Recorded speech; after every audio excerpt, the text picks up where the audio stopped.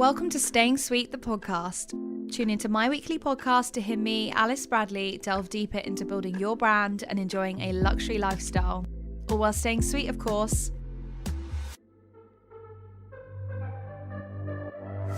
Whether you're looking to level up in business, start something of your own, or balance a more exciting, fulfilling, and healthier lifestyle, each episode will be created especially to inspire and encourage your own success, so you can really have it all.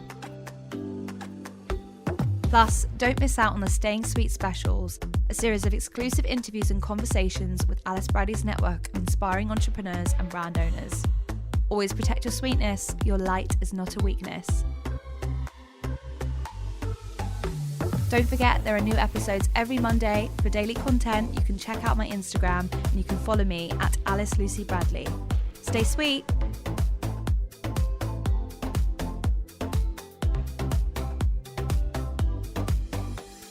Hey guys, and welcome back to a brand new episode of Staying Sweet, the podcast. I hope you're all doing well, feeling really rested and settled this week.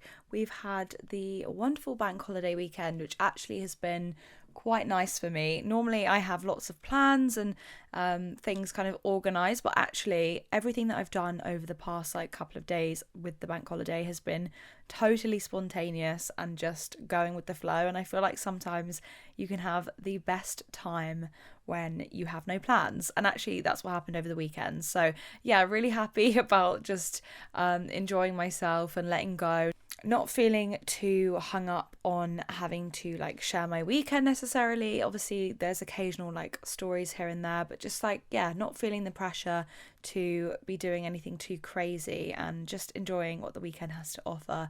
The weather has been glorious. It's been really, really nice just to enjoy some long weekend vibes. But yeah, I'm feeling nice and refreshed, and actually I've had a couple of rest days from working out and things. So yeah, I feel like sometimes you just have to give your body and your mind and your life just a little pause so you can have some fun. And yeah, that's what I've been doing over the weekend. But yeah, I feel like update wise, I've just been focusing on a better routine for myself, and it's still something that I'm ironing out and working on. But two things that I'm really loving at the moment is just a solid skincare routine. I feel like morning and night I get up, I get my products out, I get into that habit of just giving my body what it needs. I've just noticed such a difference in how my face is looking, my skin. I'm not breaking out at the moment. I am in love and absolutely obsessed with my gua sha. It's just a time for me to really work in the products that I'm using, give my face just some TLC, and you know what, it's actually doing the job of Botox at the moment because I haven't gone in to get a top up. So yeah, I'm just prolonging it with the sort of more, I was going to say holistic approach. It's not really holistic, but the more natural side of keeping my skin looking refreshed. And actually I've had lots of compliments, which has been so lovely, but I put it down to a really good solid skincare routine. So actually I'm thinking about sharing that over on my YouTube channel, so stay tuned for that. As ever, everything's in the show notes, so you guys can have a little browse at my other content. Aside from the skincare, I've been really focusing again on my fitness and just doing things that make me feel good rather than I have to go out and do X, Y, and Z in the gym in order to be, good in the gym.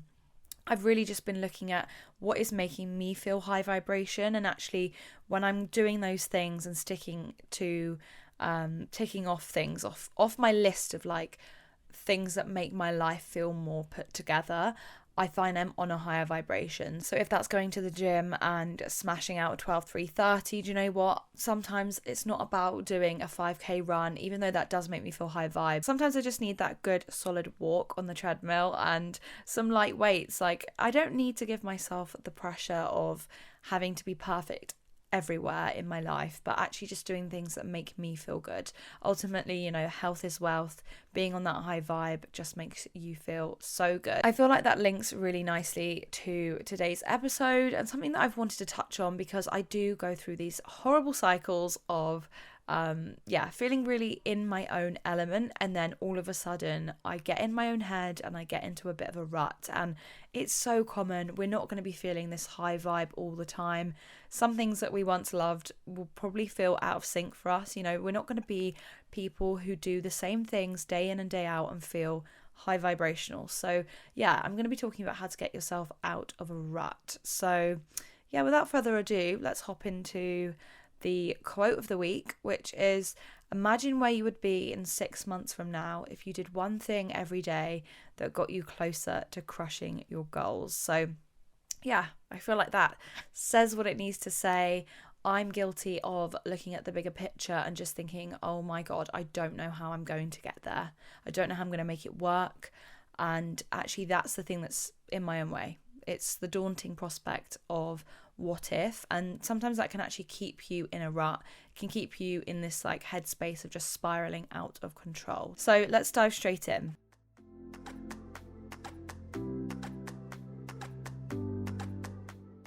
So when we're in a rut, we are typically in our own heads about everything. I feel like this is a point in our lives where we get into such a state of perfectionism that it's impossible to achieve anything, because you're just looking at a wider thing, a wider picture, and going, how on earth am I going to make this happen for myself? And there's so many different areas of my life that I go through this on a regular basis. Like, if it's not happening, once a month, it's happening once a week. So I'm here to give you that dose of reality. I am by no means in a place of complete control, and it's very easy to have something happen to you or have a knockback or a setback that just gets you into a place where you're in a total rut. So what are you in a rut about? Firstly, think about what is making you feel like you can't move forward or feel like you're stuck. What area of your life is it that is controlling everything else? If it's your finances, or if it's your relationship, or if it's your job that you're in, or whether you saw a different path for yourself in life. That can be really daunting and put you in a rut, because there's so much pressure, especially when you're in your early 20s. I feel like with all ages there's pressure, but 20s is a really interesting time, and a time where you kind of look at everything, like your relationships, your career, your friendships, whether you're working out hard enough, eating right, but also partying hard at the weekends. There's so much pressure to be everything that you can actually really start to get in a rut about life, and you'll start to think about whether you're actually doing things the right way. You could be having the most amazing, incredible night out, but you're thinking, why am I here? Why am I drinking and getting myself, absolutely drunk and trying to numb the pain of something? There's so many different ways to see this, and you really have to look at your life and what makes you feel like you're in a rut. So you really need to answer these questions for yourself. But I think having this podcast episode, it's a bit like a journal session. And I'm definitely going to be taking these questions on board for myself, because I'm not in a rut per se, but there's definitely areas of my life that I could improve on. So I just want to make sure I'm not getting myself into that headspace of a rut. So what are you in a rut about? What are you procrastinating? Is there something that you really need to do that you are not doing because you are in your own way, or you've got to a state where you've spiraled completely out of control? I did find this actually, not myself, but with friends and family, that the gym was a big one. And I noticed quite a lot of people saying how they didn't want to go back to the gym after the pandemic because they'd either gained weight or they didn't feel confident enough to go back, and they were really scared about that first session back. And actually just jumping and deciding that you were going to go was the only way to get out of your comfort zone and get out of that state of feeling like you weren't worthy enough, or that you were in a rut about something. And fitness is a funny one, because it's silly when you procrastinate something like fitness. It makes you feel so good afterwards. Yet why do we beat ourselves up about not feeling good enough to go or be worthy of that feeling? So actually just take a step back and think about what it is specifically that you are procrastinating. Why don't you want to give yourself that life or that body or that endorphin rush? What are you preventing for yourself, and why? Do you feel as though you've outgrown the space you're in but you're also scared to make the next big jump.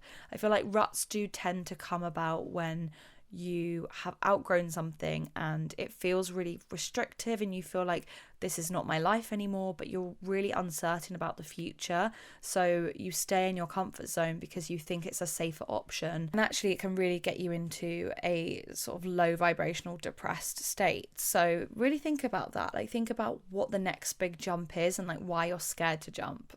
Also answer these questions like, do I feel more tired and groggy than usual? Do I want to get up and go, or do I put things off and leave things to the last minute? Do I feel like I dread part of my routine? Is there something that I'm doing in my day that is affecting how easily I flow with the rest of my day? So like, for example, if you find that your morning routine is not something you enjoy, do you sit there in a wet towel with wet hair for an hour on your phone scrolling through TikTok because you just don't want to dry your hair and you don't want to put your makeup on? Think about those things. Like, I know lots of people joke about the whole like sitting in your towel thing, but actually what does that represent? I feel like it represents this feeling of uncertainty, and if I get ready and I start my day, what could happen? And yeah, it's a bit of a weird state of procrastination, but I find it really fascinating. So look into those areas of your routine that you dread. Like it might even be your commute. It might be that you miss your train, you're always late for your train, and actually what is that saying? You know, I don't want to go into work, I don't want to make it in, and I don't want to be on time and get on with my work. Like what are you procrastinating in that area? And I think really looking at areas of your life where you feel like you're lacking, like do I feel like I'm missing something in my life right now? When you look at others and what you see for yourself and what you see for your future, do you feel like there is something in your lifestyle right now that is missing? Again, that can be quite a triggering question, and it can really make you think and ponder and go into your own head. But the key is here just to unpack it all and just break it down, not to feel like, oh my gosh, I haven't got anything that I want in life. Do I feel unmotivated to see people, you know, friends, family, or anyone that's supposed to make me feel good? Have you ever had a situation with yourself or a friend or a family member who will not see any of their friends because they're in this state of, I don't even want to have a good time? Like that, I think you really need to look at and think, okay, what is causing that? Like what is making me feel like I don't even want to have a good time? You know, drinking in a bar or a pub and you're seeing people that you know and you're like, I can't actually enjoy this moment because I'm overthinking it or I'm thinking about other things. I think when we're in a negative cycle, we tend to neglect the things that actually pick us back up.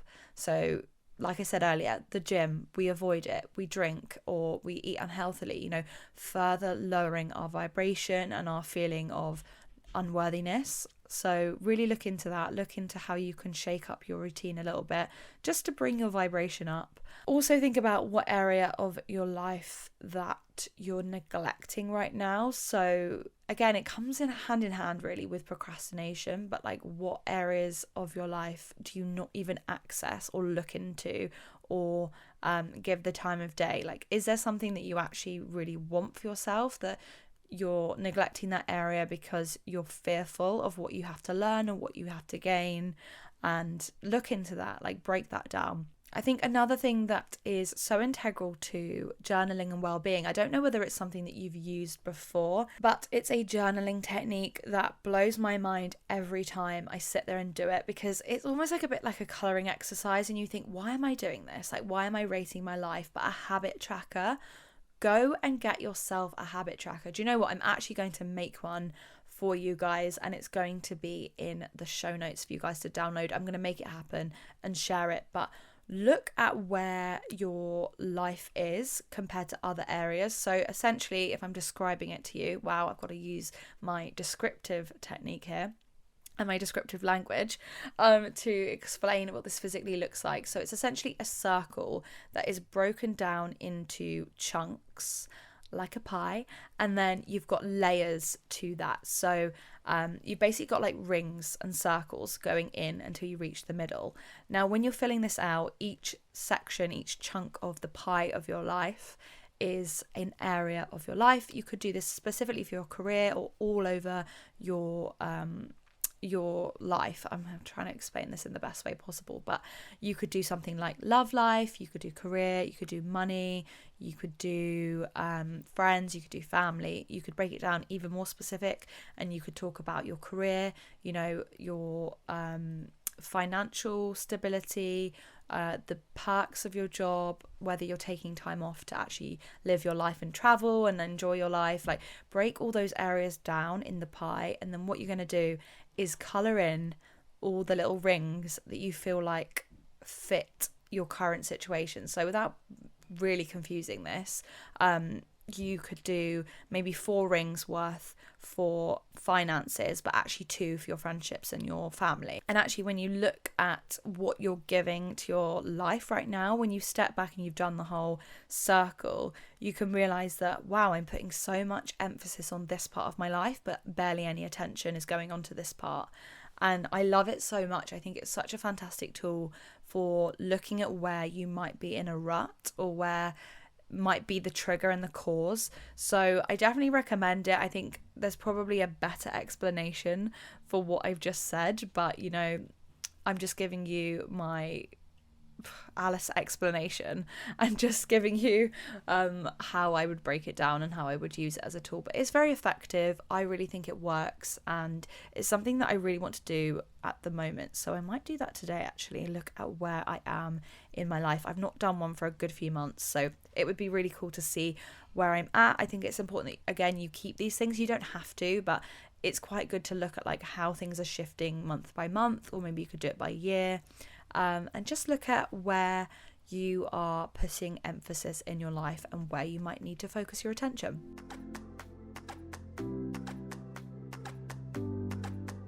So when you're getting yourself out of a rut, I think you need to decide to start a new chapter. And this is not like closing a million different doors and ending parts of your life, but actually looking at this area of your life as the end of a cycle and the opportunity to start something new. I think being in a rut is kind of that part of your life where you're not sure what your purpose is anymore. Like, maybe your values in life have shifted, what you think is important to your life and your happiness is changing. And I think you have to step into that new era accordingly. You have to become that new person and close that chapter of your life and start something new and fresh. So I guess what I would do in this area of sort of journaling and looking into why you're in a rut, I think try to define what you want from this next version of yourself. So like, who do you want to be in this next chapter?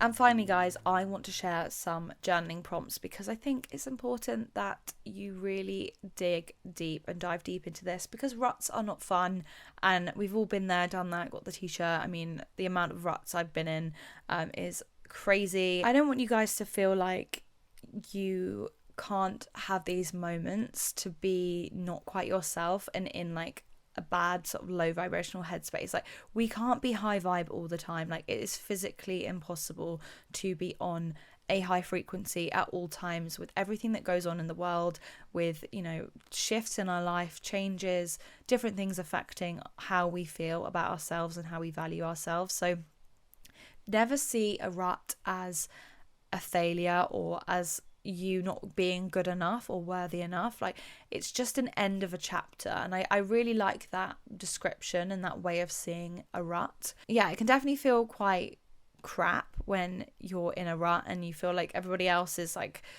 going about their lives fine and making things work. Like, you don't know whether they're in a rut but in a different area of their life. So do your best to avoid comparison in that respect. Like, I know it's easier said than done when you can't really see whether someone is in a rut or not, but chances are somebody is going to be a lot quieter, particularly on social media, when they're not like in a good space in that part of their life. So don't look at it as it must only be happening to me, because there's so many people probably navigating this right now, and I'd love to know if it's resonating with you and if you're feeling like you're in a rut or in a low vibrational headspace. So we're going to talk about some journaling prompts just quickly to end this podcast, because I want you guys feeling like you can start this new era of your life and this new chapter. So when do I feel most fulfilled? Start there.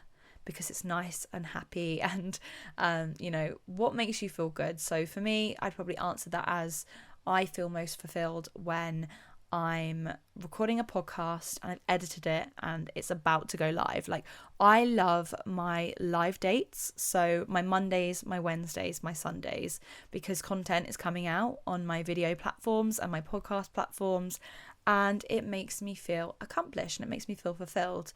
I also think I feel most fulfilled when I've smashed a gym session, when I've got up in a reasonable hour or at a reasonable hour. And yeah, even though I'm not an early bird, when I wake up early, oh my God, I feel like I have done so much for myself, so much for my life. So yeah, those are really some key ones that are just popping into my head. When do I feel most drained? So I think I would feel most drained when interesting.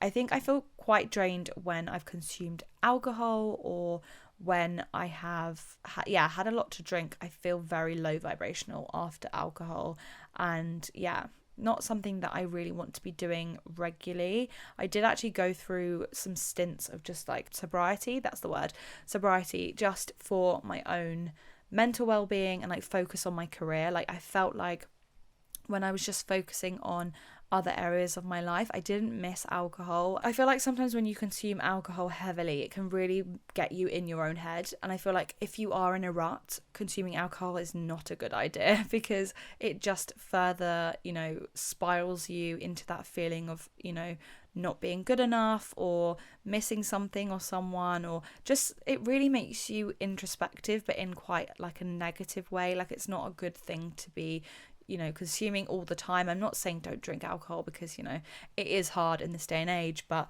definitely think about how it's affecting your vibration. So I feel definitely most drained when I've consumed a lot of alcohol. That next morning when I'm like, oh my gosh, I really wish I didn't drink that much, because now my day's affected and my mood is drained. I think I feel most drained when I'm commuting into London and commuting back. I kind of feel like I'm getting excited for the countryside again, but I don't know what it is. I just feel very low vibration on trains or public transport in London. I find I get so exhausted by London that I have to come home to the countryside. Like, I get home and I'm like, thank God I can breathe again. So I really have to look at that and think, would I want to be there all the time? Probably not. Would it be good for my mental health? Probably not. But yeah, I think it's really interesting to see, what makes you feel drained, because my answers might not be your answers. You might feel really fulfilled and, high vibe in the city, and that's where you get your kicks and your buzz. So yeah, everybody's going to be different. I think you need to answer the question, what is the absolute worst thing that could happen if you did X, Y, and Z? Like, what could actually go wrong? Not to get you worried or get you thinking about more things that could go wrong, but actually think about how silly the answers might be. Like, I might go to the gym and somebody might look at me in the gym and think, what the hell is she doing, lifting that weight or whatever. But actually, you go to the gym, nobody cares about you, and you've done a workout and you feel amazing. So sometimes the worst thing that could happen is not even that bad, and that's why I love that question. And then obviously we're going to turn that question the other way around, and we're going to say, what is the absolute best thing that could happen? And guys, I think this was one of the best pieces of advice I received from my therapist and therapy over the years. What could go well? So when I would think about myself and feeling anxious or worried about a situation, instead of thinking about all the horrible things that could possibly go wrong, I think, okay, well, what good things could happen instead? What opportunities could I get if I went to that event on my own, or I did that thing, or I made that thing happen for myself? Like, what could happen and be a good thing?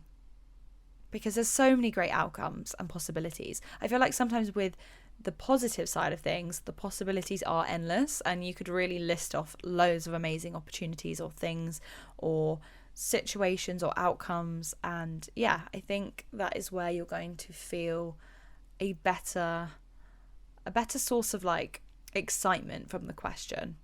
And often, it's going to make you feel like you can tackle anything, and you do want to step out of your comfort zone. which outcome gives me more energy and joy. So out of those things, the sort of best things that could happen, what would give me the most joy? And I think pursue those things, try and do those things and achieve those things. And finally, what actions will I take to move into this new version of me? Now, this could be really specific or really vague, but you just want to think about the immediacy of getting yourself out of a rut. So like, what couple of things could you change today that would get you back on the right tracks? You know, if you haven't been to the gym in like 2 months, going out and getting into the gym. One thing I actually really miss from my gym and back during the pandemic was I loved the booking system that my gym had. And at the time it was that you had to book to go, and if you didn't turn up you would be charged £5. And it was the most motivating thing, because it was like, right, if I don't go to the gym, I'm going to be charged here. So that really got me out of my own head and just showing up and being in the gym and being present and not worrying too much about, you know, oh my gosh, I haven't been to the gym in 4 or 5 months or however long it was. And actually it was so motivating. So do things that could actually just shift you forwards, get you out of that feeling of a rut. And yeah, I feel like that is going to stand you in really good stead for just shifting your vibration. At the end of the day, I want you to remember that quote. Imagine where you would be in 6 months from now if you did one thing every day that got you closer to crushing your goals. It's baby steps, guys. It's the small steps that still move us forward. And I want to leave you with that. I hope you guys have a fabulous day and a fabulous rest of your week whenever you are listening to this. Please let me know what topics you'd like me to cover in any upcoming episodes, or whether you'd want me to have a specific guest. Is there someone that you're dying for me to talk to? Let me know. You can do so by reaching out to me on Instagram, either in the comments or the DMs, or you can drop me an email. I love an email. All my contact information is available in the show notes. Thank you so much for tuning in to Staying Sweet, the podcast. If you enjoyed listening, please do leave a review, and I will catch you next week for a new episode. Stay sweet.